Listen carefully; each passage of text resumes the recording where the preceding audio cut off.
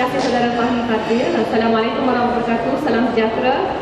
Thank you all very much for coming here today. I think it's as mentioned by Fahmi just now, it's a very important subject, and it's also important that we take note, take part in understanding and dissecting the key salient points from the country's budget, because it's actually crucial for each Malaysian to know how exactly the government spending our money.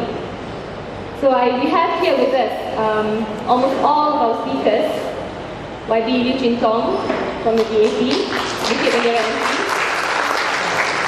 YB Abdullah Sani from Kuala Langat, from PKR.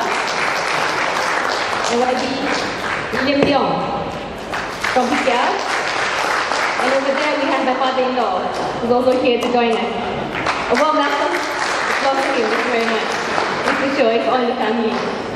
Now, I believe most of you are aware of the federal government's 2010 budget.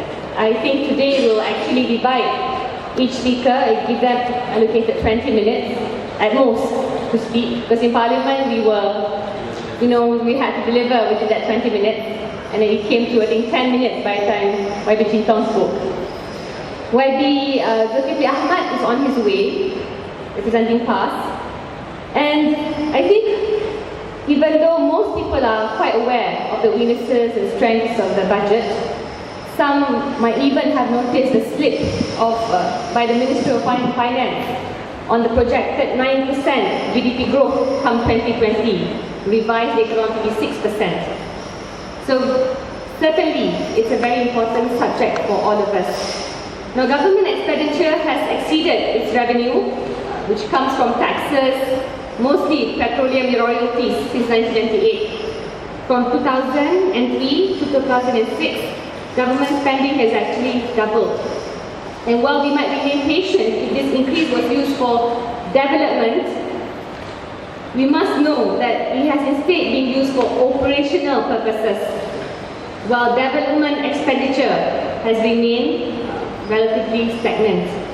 So it's being used for subsidies, emoluments, and we have had a growth rate up to 3 billion per year.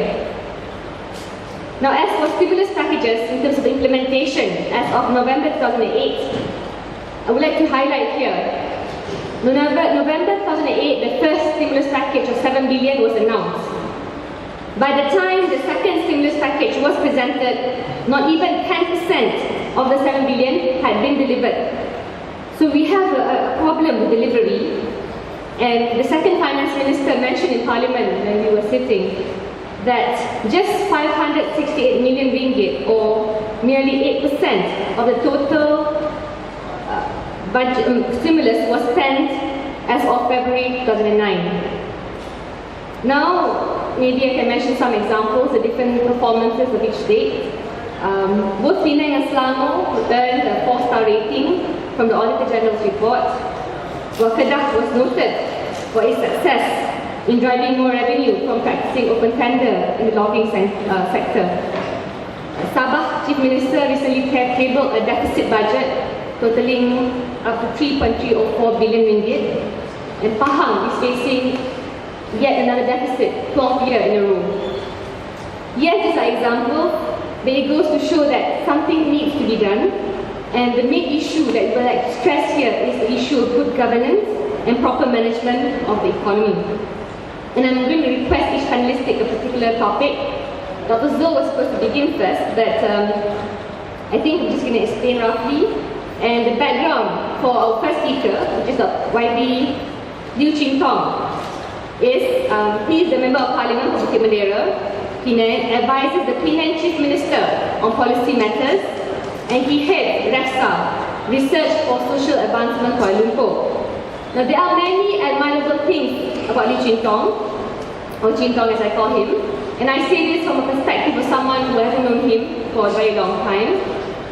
But I would like to mention what one Hamidi said, stating that it was Chin Tong who actually reminded not only him, but a lot of us on the importance of remaining idealistic.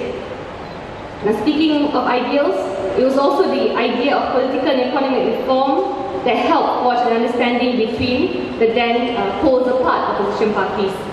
He has the latest book. It's called Speaking for the Reformasi Generation, and I believe it's important for each one of us to have, or at least to read, because not only does it have insights on the key policy matters affecting the country today, it also has a series of articles on PAS, the Islamic Party, which was a topic of his dissertation when he was doing his honours degree. A DAP take on PAS's kepimpinan ulama. So you see the seeds for the development of Pakatan Rakyat has been sown a long time ago. So please help me join me in welcoming YB Ching Tong.